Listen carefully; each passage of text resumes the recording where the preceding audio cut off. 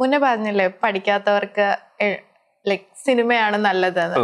ശ്രീനാഥൻ എപ്പോഴും തോന്നിയിട്ടുണ്ടോ സിനിമ അത്ര പെട്ടെന്ന് എത്തിപ്പെടാൻ പറ്റുന്ന ഒരു മേഖലയാണെന്ന്? ഒരിക്കലും തോന്നിയിട്ടുണ്ട്. ആ തോന്നലാണ് നമ്മൾ ഇതിന്റെ പുറകിലേക്ക് ഇറക്കി വിടുക. പക്ഷെ അത് തോന്നല് മാത്രമാണ്. ഒരിക്കലും നമ്മളൊരു നെപ്പോ കിഡോ അല്ലെങ്കിൽ ഇപ്പൊ എന്റെ അച്ഛൻ ഒരു പ്രൊഡ്യൂസറോ അങ്ങനെയൊക്കെ ആണെങ്കിൽ ചിലപ്പോ സാധ്യതകളുണ്ട്. ഇതൊന്നും അല്ലാത്തവൻ ഒരുപാട് പറയില്ല. അപ്പൊ ഞാനൊക്കെ ആദ്യം വിചാരിച്ച് പറഞ്ഞ പോലെ 10ാം ക്ലാസ് ഒക്കെ നാടകത്തിലൊക്കെ അഭിനയിച്ചില്ലേ, ഇനിയിപ്പോ മിമിക്രി കാണിക്കുന്ന നാട്ടില്, അപ്പൊ ഒരു കലാകാരൻ എന്നുള്ള പേര് നാട്ടിൽ വീണ് കഴിഞ്ഞാൽ ഞാനൊരു സിനിമ നടനാവുന്ന എന്റെ ചിന്ത ഉണ്ടായിരുന്നു. പക്ഷെ നടന്നു തുടങ്ങിയപ്പോഴാണ് മനസ്സിലായേ നമ്മളെപ്പോലെ നടക്കുന്ന ആയിരക്കണക്കിന് പിള്ളേര് കേരളത്തിലുണ്ട്. അപ്പൊ അതൊക്കെ കഴിഞ്ഞ് ഇവരെയൊക്കെ തട്ടി മാറ്റിയിട്ട് നമ്മളെ കൊണ്ടുവന്ന് അഭിനയിപ്പിക്കണമെങ്കിൽ നമുക്ക് എന്തെങ്കിലും കഴിവ് വേണം, അല്ലെങ്കിൽ നമ്മുടെ കഴിവ് എവിടെയെങ്കിലും നമ്മൾ പ്രകടിപ്പിക്കണം. ഇതൊന്നും ചെയ്യാത്തവന്, ആഗ്രഹം കൊണ്ട് നടക്കുന്നവന് എന്നും ആഗ്രഹമായിട്ട് നടക്കുള്ളൂ. നമ്മൾ ആത്മാർത്ഥമായിട്ട് ഇതിൽ ഇറങ്ങണം, എന്നാലേ നോക്കി പറയുന്നതൊക്കെ കിട്ടുള്ളൂ. ഒരിക്കലും സിനിമ ഈസി അല്ല.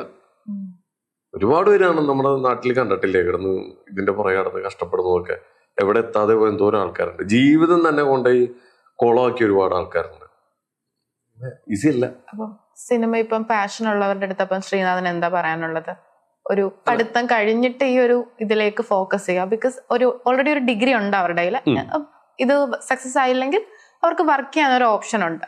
അപ്പം അതാണോ ബെറ്റർ, അല്ലെങ്കിൽ നേരെ അവരുടെ പാഷൻ ഫോളോ ചെയ്യാന്നുള്ളതാണോ ബെറ്റർ? അല്ലടാ, ഞാൻ പറയട്ടെ, വിദ്യാഭ്യാസം അത് ചിലപ്പോ എല്ലാവർക്കും അത് ഉണ്ടായിരിക്കണമെന്നില്ല. ഇപ്പൊ ഞാൻ പറഞ്ഞില്ലേ, എനിക്ക് സാഹചര്യങ്ങൾ ഉണ്ടായിട്ട് പഠിക്കാതിരുന്ന ഒരാളാണ് ഞാൻ. കാരണം നമ്മള് ചിന്താഗതിയൊക്കെ വേറെ, ബാക്ക് ബെഞ്ചർ എന്ന് പറഞ്ഞാൽ അഹങ്കരിച്ചിരുന്നിരുന്ന ഒരാളാണ് ഞാനൊക്കെ. അതല്ല ശരിക്കും പറഞ്ഞ കഴിവുണ്ടെങ്കിൽ, ഇപ്പോ ആരായാലും വിദ്യാഭ്യാസം ഉണ്ടായിക്കോട്ടെ ഇല്ലായിരുന്നോട്ടെ, അവന് കഴിവുണ്ടെങ്കിൽ ആത്മാർത്ഥമായിട്ട് പണിയെടുക്കണം, എങ്കിൽ ലക്ഷ്യത്തിലെത്തും. പക്ഷെ ഞാൻ എല്ലാവരോടും ഞാൻ പറയുന്നത്, ഇപ്പൊ എൻ്റെ ഒരു അനുഭവം വെച്ച് ഞാൻ പറയാണ്, നമ്മുടെ ഉള്ളിൽ കഴിവുണ്ട്. നമ്മൾ ഈ സിനിമ എന്ന് പറഞ്ഞ ഈ ലോകത്തേക്ക് നമ്മൾ കാല് വെക്കുകയാണെങ്കിൽ നമ്മുടെ ഫാമിലി, ഇതെല്ലാം നമ്മുടെ മനസ്സിലുണ്ടാവണം. എല്ലാവരുടെയും ചിന്ത, ഒരു വിഭാഗം ആളുകളുടെ ചിന്ത സിനിമയിൽ എത്തിക്കഴിഞ്ഞു കഴിഞ്ഞാൽ പിന്നെ കയ്യിൽ പൈസയായി, ആഡംബര ജീവിതമായി. അപ്പൊ എന്റെ ഫാമിലിനെയും എന്നോട് മിണ്ടാതെ നടക്കുന്ന കസിൻസിനെയും എന്റെ നാട്ടിലെ നാട്ടുകാരെയും ഫ്രണ്ട്സിനെയും ഒക്കെ ഹാപ്പി ആക്കാം. ആ ഒരു ചിന്ത, ആ ഒരു പ്രതീക്ഷ മനസ്സിൽ വെച്ചിട്ട് ഇതിലേക്ക് ഇറങ്ങുന്നത്. പക്ഷെ ഒരു സ്റ്റേജ് കഴിയുമ്പോൾ, കുറച്ച് വർഷങ്ങൾ കഴിയുമ്പോൾ അവർക്ക് സ്വന്തമായിട്ട് ഒരു സ്കില്ലില്ല, ഒരു ജോലി അറിയില്ല. സിനിമയുടെ പുറകെ നടന്ന് ഈ നടക്കാൻ കാരണം ഏതെങ്കിലും ഒരുത്തൻ പറ്റിക്കും. നീ ഒരു പണി, നമ്മുടെ പടം തുടങ്ങുന്നുണ്ട്, അതിൽ നീ നല്ലൊരു ക്യാരക്ടർ ചെയ്തോ, അത് ഞാൻ പറഞ്ഞേക്കാം എന്നൊക്കെ പറയുന്ന ആരോ പറയുന്ന വാക്ക് കേട്ടിട്ട് അങ്ങ് ഇറങ്ങി തിരിക്കുകയാണ്. ഈ പറഞ്ഞവന് അവരുടെ സിനിമയും നടക്കൂല, നമ്മൾ പ്രതീക്ഷിച്ച സിനിമയും പറ്റില്ല. അങ്ങനെ കുറെ വർഷങ്ങൾ കഴിഞ്ഞ് കഴിയുമ്പോൾ തിരിഞ്ഞു നോക്കുമ്പോൾ ആദ്യം സപ്പോർട്ട് ചെയ്ത കൂട്ടുകാർ കളിയാക്കാൻ തുടങ്ങിയിട്ടുണ്ടാവും, ഭയങ്കരമായിട്ട് സപ്പോർട്ട് ചെയ്ത വീട്ടുകാർ കൈവിട്ടിട്ടുണ്ടാവും. നമ്മുടെ കയ്യിൽ 5 പൈസ ഉണ്ടാവില്ല. കുറെ വർഷങ്ങൾ കഴിഞ്ഞു, അപ്പൊ നോക്കുമ്പോ കൂടെ ഉള്ളവരൊക്കെ രക്ഷപ്പെട്ടേക്കുന്നു. ഞാൻ ഈ സിനിമ എന്നും പറഞ്ഞ് എവിടെ എത്തില്ല. അപ്പോഴാണ് ഡിപ്രഷൻ സ്റ്റേജിലേക്ക് പോവുക. പിന്നെ കയ്യും കാലിട്ട് കുറെ അടിച്ചു നോക്കും. നമ്മൾ കണ്ടിട്ടുണ്ടാവും, ഞാനൊക്കെ ഒരുപാട് കണ്ടിട്ടുണ്ട്. ഒരു 5 വർഷം മുമ്പ് നല്ല ചുള്ളൻ, അല്ലെങ്കിൽ ഒരു 10 വർഷം മുമ്പ് നല്ല അടിപൊളിയായിട്ട് നടന്നിരുന്ന പിള്ളേര്, ഞാൻ നോക്കി NGO ക്വാർട്ടേഴ്സിന്റെ അവിടെയൊക്കെ ഞാൻ എൻ്റെ ഒരു കൂട്ടുകാരനെ കണ്ടിട്ട് എനിക്ക് സങ്കടം വന്നുപോയി.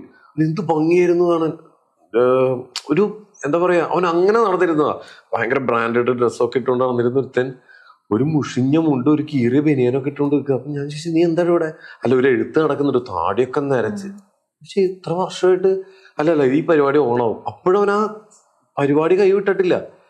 ഞാൻ പറയുന്നത്, നമ്മൾ ഈ സിനിമ എന്നും പറഞ്ഞുകൊണ്ട് ഇറങ്ങുമ്പോൾ നമുക്ക് നമ്മുടെ ഫാമിലി എന്ന് പറഞ്ഞു കഴിഞ്ഞാൽ അവരെ ഒരിക്കലും നമ്മളെ നശിക്കാൻ വേണ്ടിയിട്ട്, ഒരാളുടെ ഫാമിലി നമ്മൾ നശിഞ്ഞു പോകാൻ വേണ്ടിയിട്ട് പ്രാർത്ഥിക്കില്ല.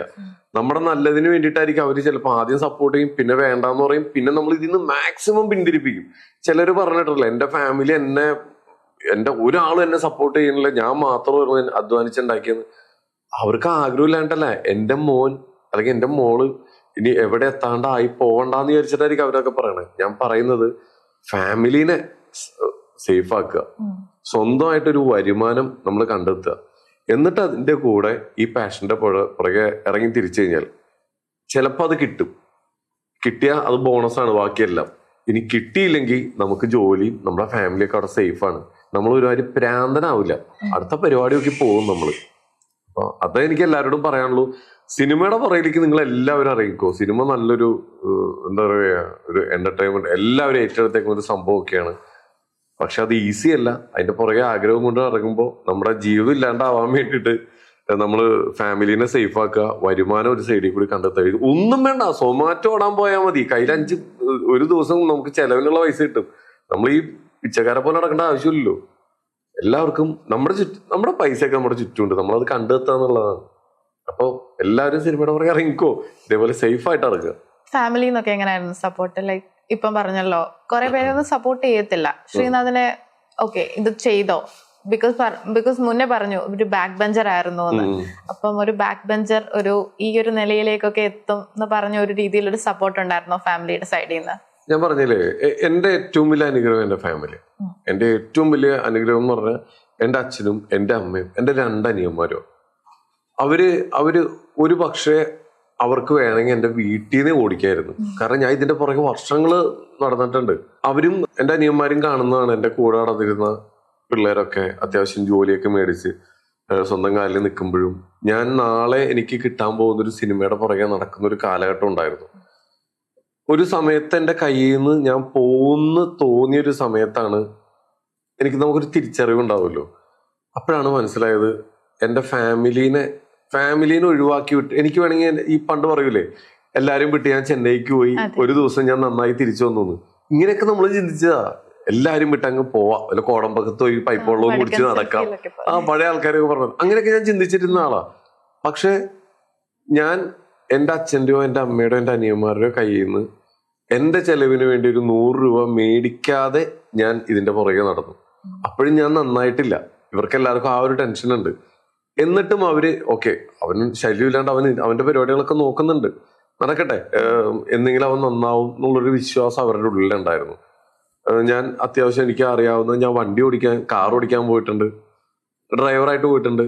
പിന്നെ എൻ്റെ അച്ഛന് കടയുണ്ട്, ഈ പപ്പടം ഇതെല്ലാം വിൽക്കുന്നത്. ഞാൻ അത് സെയിൽ ചെയ്യാൻ വേണ്ടി ഞാൻ പോയിട്ടുണ്ട്. ഇതെല്ലാം വിട്ടിട്ട് ഞാൻ ഇതിന്റെ പുറകിലേക്ക് ഇറങ്ങിയപ്പോഴും ഞാൻ എൻ്റെ വരുമാനം ഞാൻ കണ്ടെത്താൻ വേണ്ടിയിട്ട് ഇതുപോലെ എനിക്ക് ഡ്രൈവിങ് ഭയങ്കര ഇഷ്ടവും. ഞാൻ പലരുടെയും വാഹനങ്ങൾ ഓടിക്കാൻ പോയിട്ട് പൈസ ഉണ്ടാക്കിയിട്ടുണ്ട്. ഇതെല്ലാം കഴിഞ്ഞിട്ട് ഞാനിപ്പോ ഇവിടെ ഇപ്പോഴും ഞാൻ എവിടെ എത്തിയെന്നല്ല പറയുന്നത്, അത്യാവശ്യം ആളുകൾ അറിയപ്പെടുന്ന ഒരു അവതാരകനാവാൻ പറ്റിയിട്ടുണ്ട്.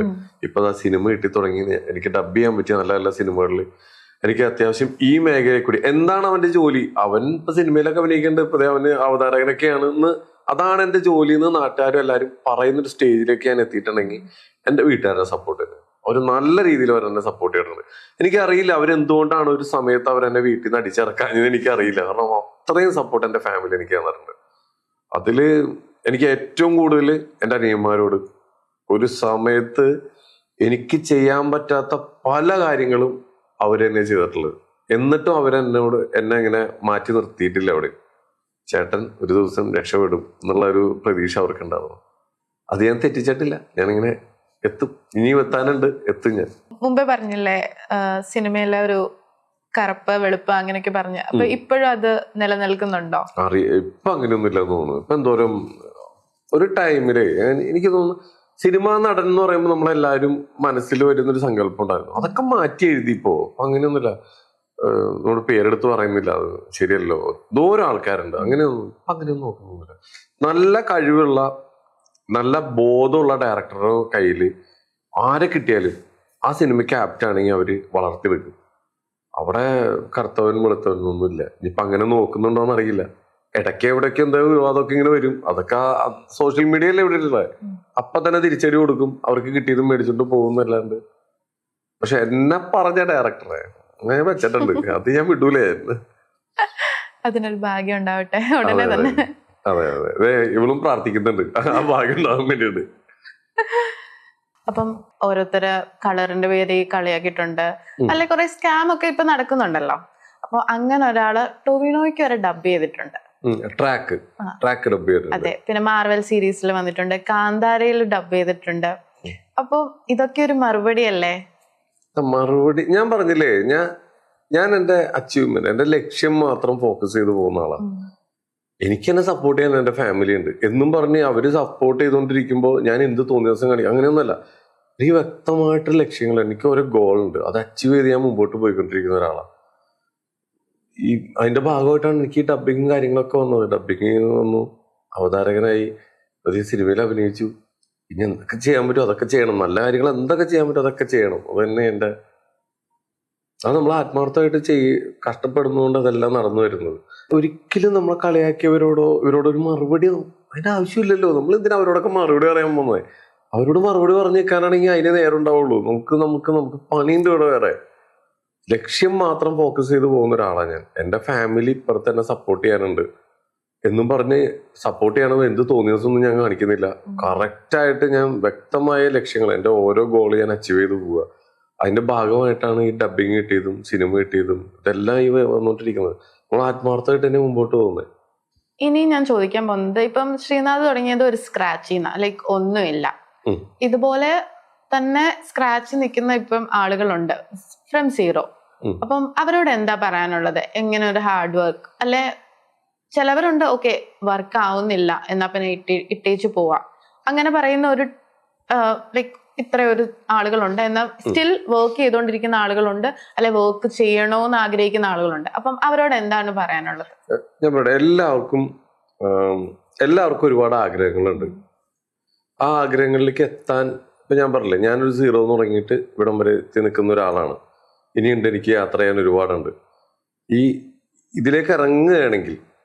ഇതിലേക്ക് ഇറങ്ങുകയാണെങ്കിൽ ആത്മാർത്ഥമായിട്ട് ഇറങ്ങുക. ഒരിക്കലും ഒരു ദിവസം ആരെങ്കിലും എന്നെ വിളിച്ച് അഭിനയിപ്പിക്കും, എന്നെ വിളിച്ച് ഡബ് ചെയ്യിപ്പിക്കും എന്ന് പറഞ്ഞുകൊണ്ട് ഒരു പണിക്കും പോകാതെ നടന്നു കഴിഞ്ഞാൽ അവരുടെ ലൈഫ് കുട്ടിച്ചോറായി പോകും. കാരണം കുറച്ച് വർഷങ്ങൾ, ഒരു 4, 5, 10 വർഷങ്ങൾ കഴിയുമ്പോൾ, ഞാൻ ആദ്യം പറഞ്ഞായിരുന്നു, 10 വർഷങ്ങൾ കഴിയുമ്പോൾ കൂടെയുള്ളവരൊക്കെ രക്ഷപ്പെടും. സ്വന്തം അനിയന്മാരൊക്കെ കല്യാണം കഴിച്ചു പോകും. അപ്പോഴും ചേട്ടൻ എന്ത് ചെയ്യുന്നു? ഇതേ സിനിമയുടെ പുറകെ ഇങ്ങനെ നടന്ന് എവിടെ എത്താണ്ട് നടക്കുന്നു. ഇവൻ തിരിഞ്ഞു നോക്കുമ്പോൾ ശരിയാണല്ലോ, 10 വർഷം കഴിഞ്ഞിട്ട് എൻ്റെ കയ്യിൽ 5 പൈസയിൽ എല്ലാവരും രക്ഷപ്പെട്ടു. ഡിപ്രഷൻ സ്റ്റേജിലേക്ക് പോകും. ആ നേരത്താണ് ഒരു ഭ്രാന്തമായിട്ടൊരു അവസ്ഥയിലേക്ക് പോകും. ഒരിക്കലും അങ്ങനെ ചെയ്യരുത്. സിനിമയിൽ അഭിനയിക്കാൻ എന്തോ ആയിക്കോട്ടെ, ഇതിലേക്ക് ഇറങ്ങി തിരിക്കുകയാണെങ്കിൽ ഫാമിലീനെ സേഫ് ആക്കുക.